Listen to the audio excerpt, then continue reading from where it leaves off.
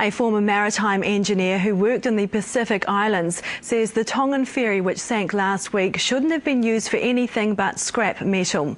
His comments come after the author of a report on the Princess Ashika described it as a floating grave. Jono Hutchison has more.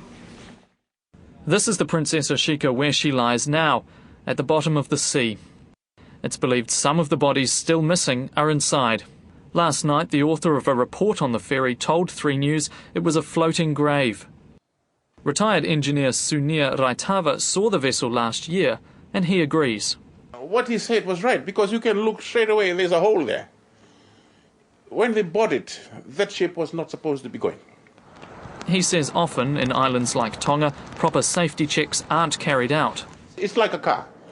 Registration, warrant fitness, because they all come under the Ministry of Transport. This is one of the weaknesses in the island groups.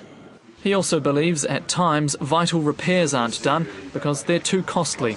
No ships doesn't make money if the ship is lying, staying on port.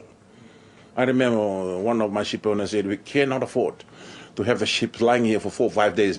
Mafi says Tonga must catch up to Fiji, where safety measures are stricter after several marine disasters. Because of what they learned in the past, we have marine checkers. Any ship goes, they have to be cleared by marine checkers.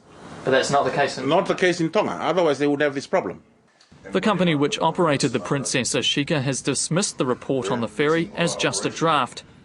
Mafi disagrees, but he also says the captain should have refused to sail. Captain is going to take the lives, it's like driving, of those people. The lives of those people lies with the captain. The Tongan government is defending the condition of the Princess Ashika, saying repairs were carried out before it was purchased. Jono Hutchison, 3 News.